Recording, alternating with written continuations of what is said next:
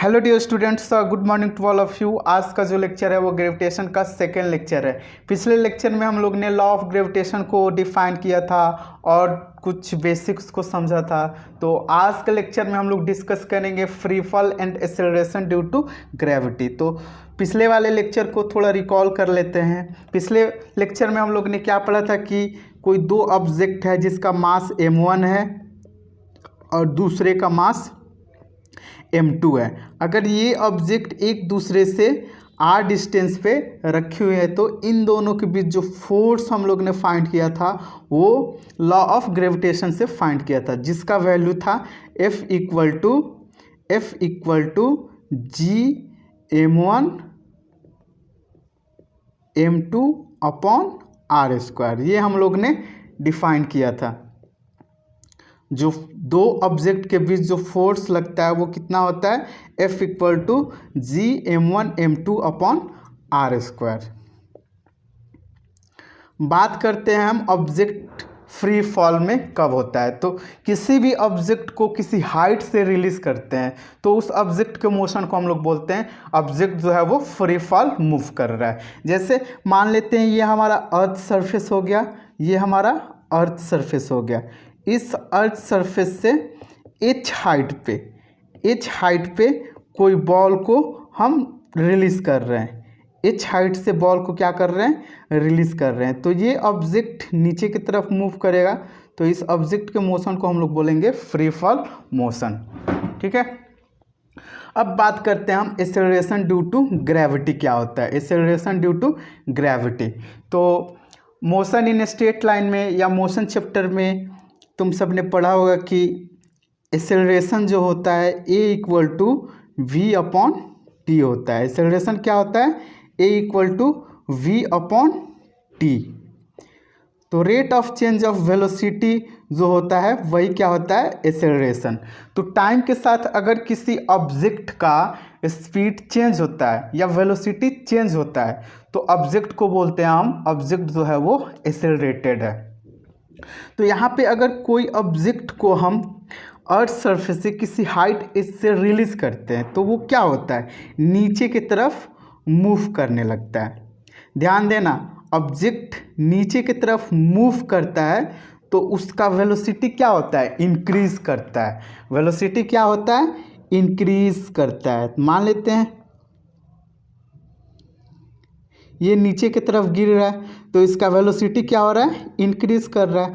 अब velocity increase करेगा तो इस ऑब्जेक्ट में जो एक्सेलरेशन प्रोड्यूस होगा, ये ऑब्जेक्ट क्या होगा, एक्सेलरेटेड हो जाएगा। तो इस एक्सेलरेशन को हम लोग बोलते हैं एक्सेलरेशन ड्यू टू ग्रेविटी।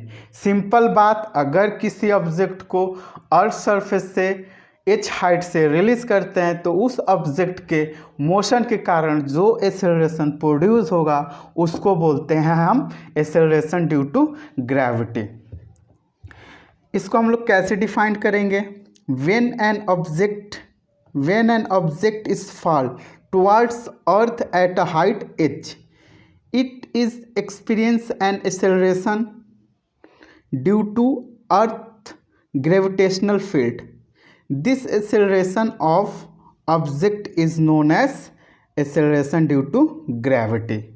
तो यहाँ पे किसी ऑब्जेक्ट को हाइट h से रिलीज करते हैं तो इस ऑब्जेक्ट पे एक एक्सेलरेशन एक्सपीरियंस होता है और एक्सेलरेशन की वजह से ऑब्जेक्ट का वेलोसिटी क्या होता है, इंक्रीज करता है।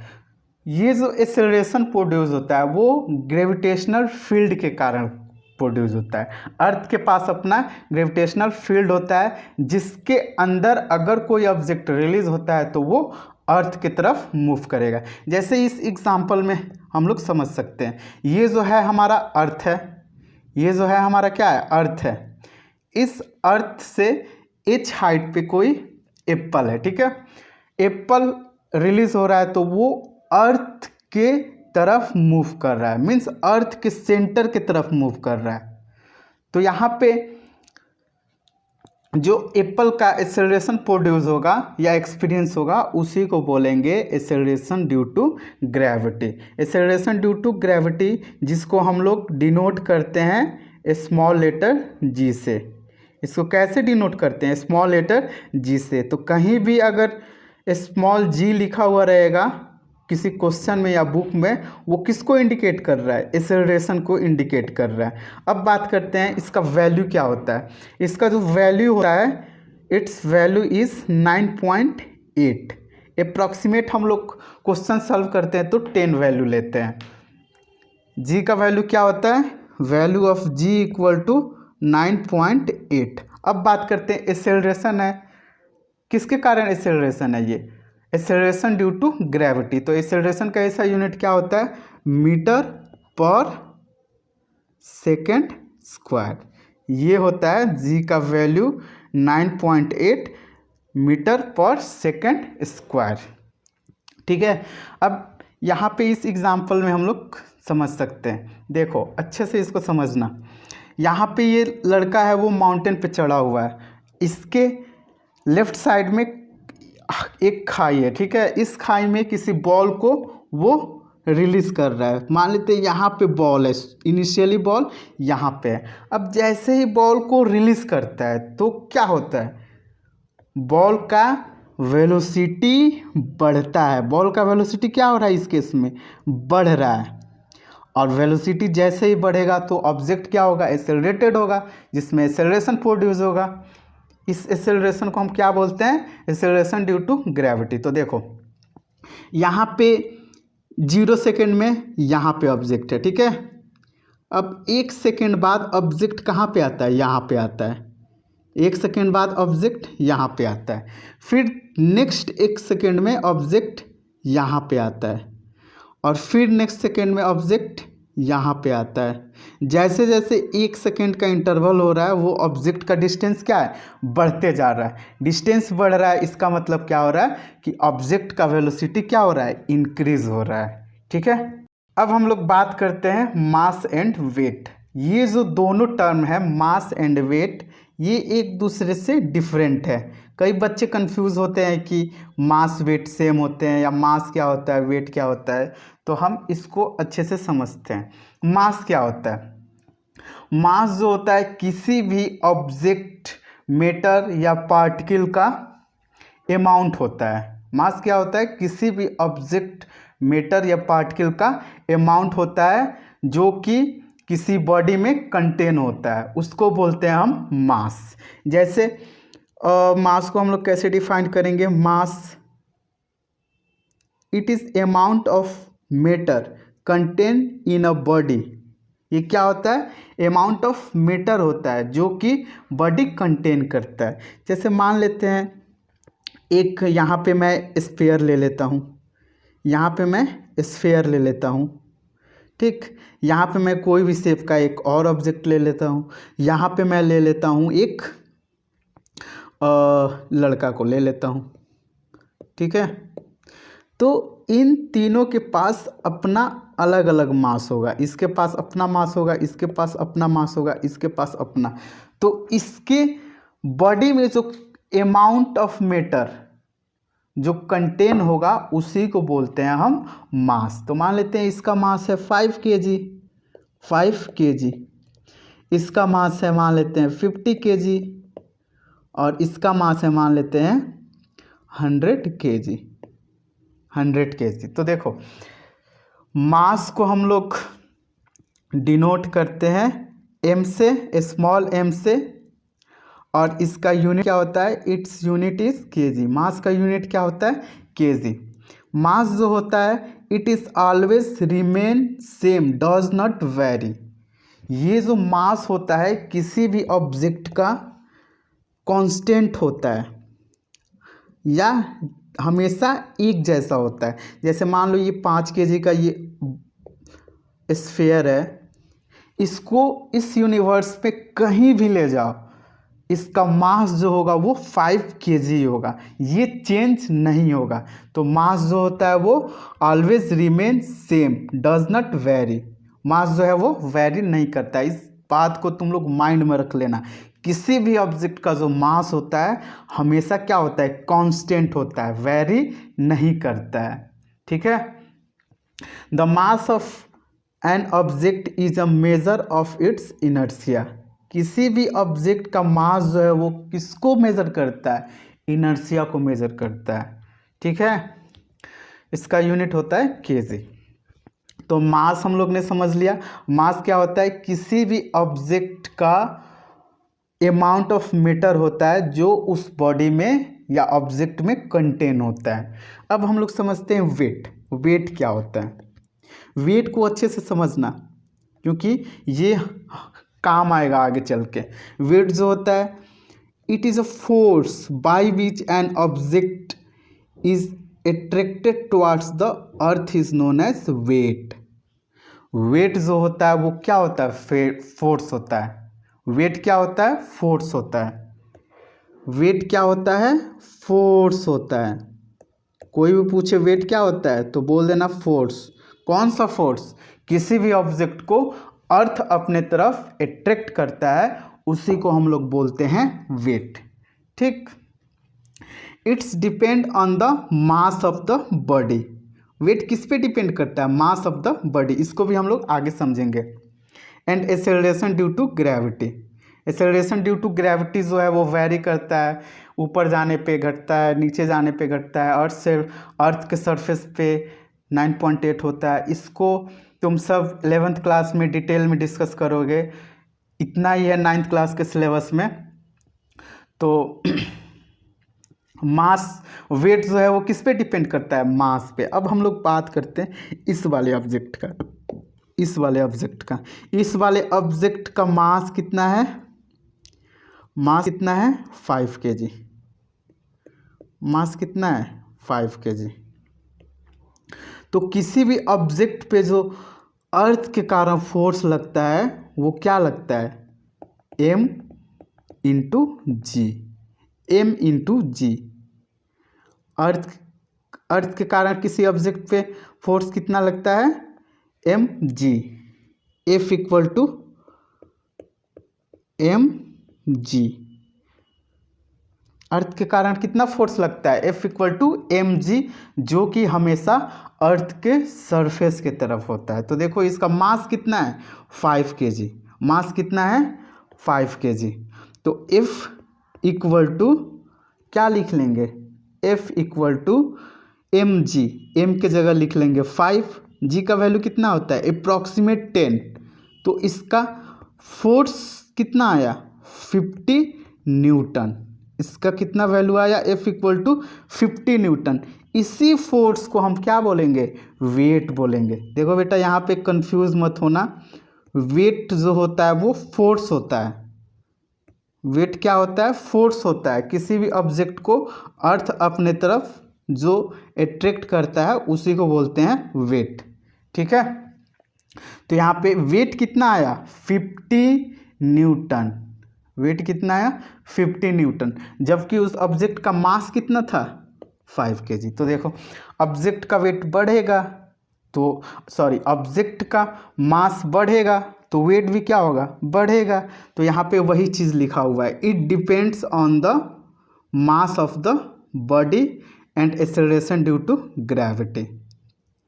अब यहाँ पे देखो मास का यूनिट क्या था, मास का यूनिट था केजी, बट यहाँ पे यूनिट वेट का क्या है, न्यूटन। न्यूटन क्यों है, क्योंकि वेट जो होता है वो फोर्स होता है। वेट क्या होता है, फोर्स होता है। ठीक है, तो वेट का ऐसा यूनिट क्या होता है, न्यूटन। जैसे मान लो बेटा मैं 2 डिजिट को लेता हूँ, एक लेता हूँ मैं 5 kg और दूसरा लेता हूँ मैं 25 न्यूटन। तो यहाँ पे देखो इसका यूनिट क्या है, केजी है और इसका यूनिट न्यूटन है। तो मैं पूछूँ पहला किसको रिप्रेजेंट कर रहा है, तो आप सब क्या बोलोगे 5 kg जो है वो मास को रिप्रेजेंट कर रहा है। किसको रिप्रेजेंट कर रहा है, मास को। जबकि 25 न्यूटन किसको रिप्रेजेंट कर रहा है, फोर्स को। किसको रिप्रेजेंट कर रहा है, फोर्स को। अब वही फोर्स ग्रेविटी के कारण होगा तो ये किसको रिप्रेजेंट करेगा, वेट को रिप्रेजेंट करेगा। समझ में आया मास और वेट में क्या डिफरेंस होता है, इसको अच्छे से समझना। जैसे इस एग्जाम्पल को हम लोग देखते हैं, मान लेते हैं ये अर्थ है, ये मून है, ये स्पेस है। स्पेस, ठीक। इसका मास 10 kg है, इस ऑब्जेक्ट का मास कितना है 10 kg है। यहाँ भी मास 10 kg होगा, मास चेंज नहीं होता है, तो यहाँ भी मास कितना होगा 10 kg होगा। यहाँ भी मास कितना है 10 kg है। मास जो होता है वो कांस्टेंट होता है, वेरी नहीं करता है। वेट स्केल 10 kg है, वो यहाँ पे वेट स्केल कितना है, इसका वेट स्केल बता रहा है, और यहाँ पे वेट स्केल कितना है 0 kg। अब यहाँ पे हम लोग देख रहे हैं, यहाँ पे वेट कितना है 98 न्यूटन। ऑब्जेक्ट का वेट मतलब उस ऑब्जेक्ट को अर्थ कितना फोर्स से खींच रहा है 98 न्यूटन, अप्रॉक्सीमेट 100 भी होगा। यहाँ पे देखो 60 न्यूटन, यहाँ पे वेट कितना है 60 न्यूटन, क्योंकि मून पे जो एक्सेलरेशन होता है ड्यू टू मून, वो होता है 1/6 टाइम्स ऑफ जी का। और यहाँ पे वेट क्या है 0 न्यूटन। यहाँ पे अब पूछोगे कि वेट यहाँ पे 0 क्यों है, क्योंकि स्पेस में अगर कोई ऑब्जेक्ट है तो उस ऑब्जेक्ट पे कोई भी फोर्स नहीं लगता है, मतलब फोर्स लगता है ग्रेविटेशनल फोर्स नहीं लगेगा, इसलिए वेट क्या होगा 0 होगा। नेक्स्ट हम लोग देखते हैं किसी भी ऑब्जेक्ट का मास मून पे क्या होगा। तो टॉपिक है mass of an object on the moon, ठीक है। जैसे इस पिक्चर में हम लोग देख रहे हैं, यहाँ पे एक इंसान है, एक मानव है, ठीक है, जिसका मास कितना है 70 kg दिया हुआ है मास, ठीक। अब ये अर्थ पे भी है, अर्थ की तरफ, मतलब अर्थ इनको खींच रहा है अपने तरफ, और यहाँ मून अपने तरफ खींच रहा है।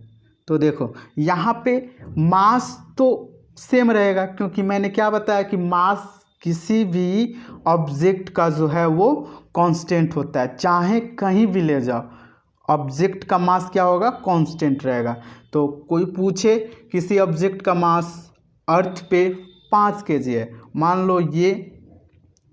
मान लो ये ऑब्जेक्ट है जिसका मास दिया हुआ है 5 kg, ठीक है। इसको ले जाओ तुम, इसको ले जाओ अर्थ पे और फिर ले जाओ मून पे। ये मान लो अर्थ और ये मून, तो यहाँ पे इसका मास भी 5 kg ही होगा। मास कितना होगा 5 kg ही होगा, क्योंकि मास जो होता है वो कांस्टेंट होता है, और मून पे भी मास का वैल्यू क्या होगा 5 kg होगा। तो कोई पूछे कि मास क्या होगा किसी ऑब्जेक्ट का मून पे, तो बोलोगे मास जितना रहेगा उतना ही होगा, चाहे इस ब्रह्मांड में कहीं भी ले जाओ मास चेंज नहीं होता है। हाँ, वेट अलग अलग हो सकता है, इसको हम लोग आगे डिस्कस करेंगे, ठीक है। तो समझ में आ गया, यहाँ पे किसी भी ऑब्जेक्ट का मास चेंज नहीं होता है, मास क्या होता है कांस्टेंट रहता है। अब कुछ बच्चे के मन में आएगा क्वेश्चन कि किसी ऑब्जेक्ट का वेट क्या होगा सर, तो वेट भी हम लोग समझते हैं। Wait of an object on the moon, moon पे किसी ऑब्जेक्ट का वेट क्या होगा, ठीक है। तो मान लेते हैं ये हमारा अर्थ सरफेस है, मान लेते हैं ये अर्थ सरफेस है,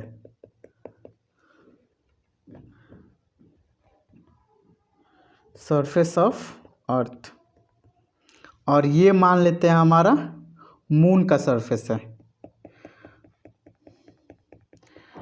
मून का सरफेस, मून का सरफेस। अब यहाँ पे मान लेते हैं, यहाँ पे साइंटिस्ट है, ठीक, यहाँ पे साइंटिस्ट है जिसका मास है 70 kg, मास कितना है 70 kg। अब यही साइंटिस्ट मून पे जाता है, यही साइंटिस्ट कहाँ जाता है मून पे जाता है, तो मास तो चेंज नहीं होगा, क्योंकि मास जो होता है वो यूनिवर्सल कांस्टेंट होता है, मतलब किसी भी ऑब्जेक्ट का मास चेंज नहीं होता है। तो यहाँ पे भी मून पे भी इसका मास क्या होगा, मून पे भी इसका मास जो होगा वो कितना होगा 70 kg होगा, ठीक है। अब बात करते हैं हम वेट क्या होगा। तो देखो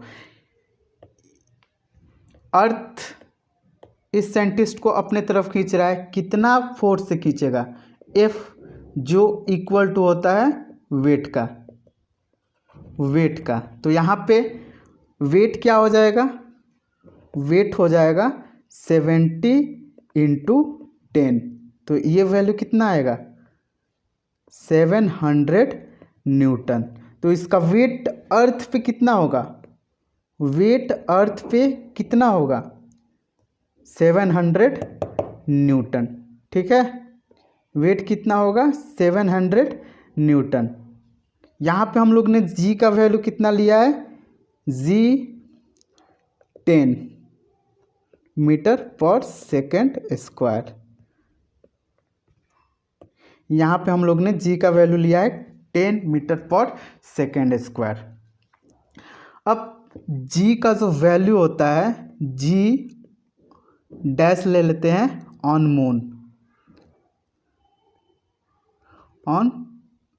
मून। ये जो वैल्यू होता है जी अपॉन 6 के इक्वल होता है, मतलब जी के 6 पार्ट। जी का वैल्यू कितना होता है मून पे, जी अपॉन 6, जिसको हम लोग कैलकुलेट करेंगे तो आएगा कितना वैल्यू, 1.6 मीटर पर सेकेंड स्क्वायर। तो जी डैश जो है वो ग्रेविटेशनल ऑन द मून कितना होता है, 1.6 मीटर पर सेकेंड स्क्वायर। या इस वैल्यू को भी याद रखोगे तो क्वेश्चन सॉल्व हो जाएगा, जी अपॉन 6। तो यहाँ पे देखो, यहाँ पे वेट कितना आ रहा था, 700 न्यूटन। अब देखो इसका वेट हम लोग मून पे कैलकुलेट करते हैं। मून पे कैलकुलेट करेंगे तो W इक्वल टू क्या हो जाएगा, W जो कि इक्वल टू हो जाएगा फोर्स के। किसी भी ऑब्जेक्ट को मून अपने तरफ कितना फोर्स से खींचेगा, उसी को हम लोग W डैश नाम दे देते हैं। तो ये हो जाएगा mg, m कितना है 70 और g कितना है 10/6, 10/6। तो यहाँ पे जो वैल्यू आएगा वो कितना आ जाएगा, 110 न्यूटन। तो देखो मून पे इसका वेट कितना आया, वेट ऑन मून 110 न्यूटन, जबकि इसका वेट अर्थ पे कितना था, 700 न्यूटन। तो किसी भी ऑब्जेक्ट का वेट अर्थ पे क्या होता है, ज़्यादा होता है कंपेयर टू उसका वेट मून पे।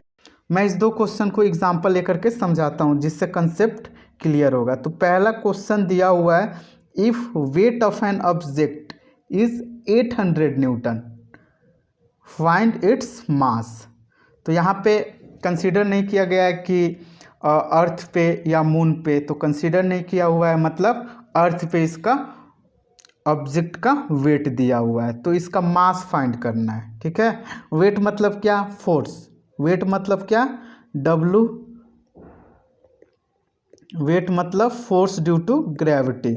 फोर्स ड्यू टू ग्रेविटी क्या होता है, mg।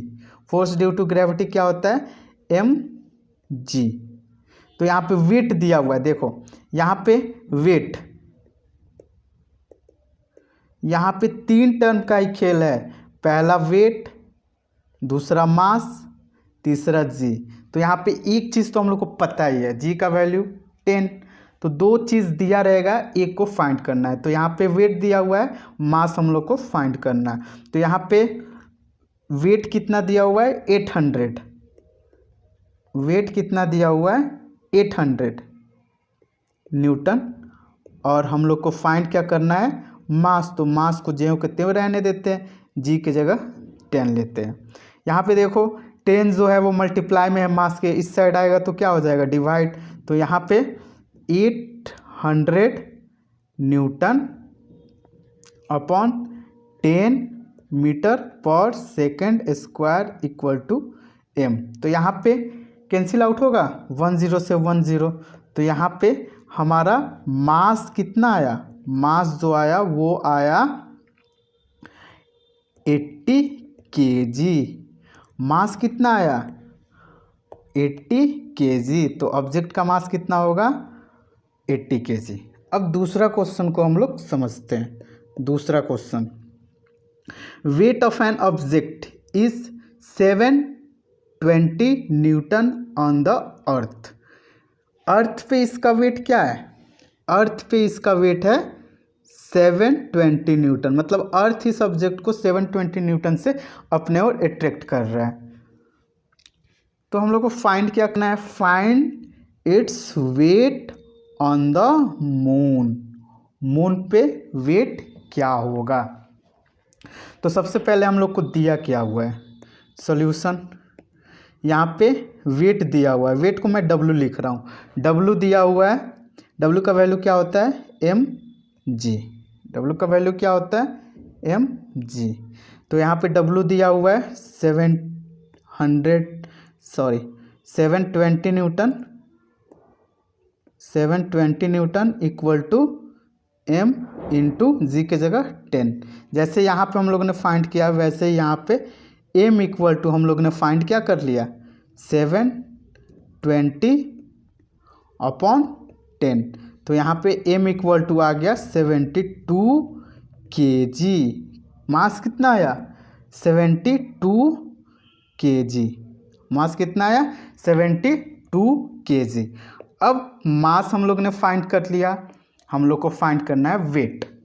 तो देखो किसी भी ऑब्जेक्ट को अपने तरफ मून कितना फोर्स से अट्रैक्ट करता है m इंटू जी अपॉन 6। तो यहाँ पे वेट हम लोग कैसे फाइंड कर लेंगे, W इक्वल टू m क्या आया हम लोग का 70 kg। m तो हमारा कांस्टेंट रहेगा, कहीं भी m हमारा क्या होगा कांस्टेंट। तो 72 kg इंटू जी के जगह हम लोग पुट कर लेते हैं 10 और 6। तो यहाँ पे कैंसिल आउट होगा 6 72 से 12 टर्म में, तो 12। तो यहाँ पे 1 2 इंटू 10, तो वेट क्या आ जाएगा, वेट ऑन मून क्या हो जाएगा W इक्वल टू 120 न्यूटन। तो ये हो गया वेट ऑन द मून। तो यहाँ पे ये लेक्चर समाप्त होता है, मिलते हैं नेक्स्ट लेक्चर में।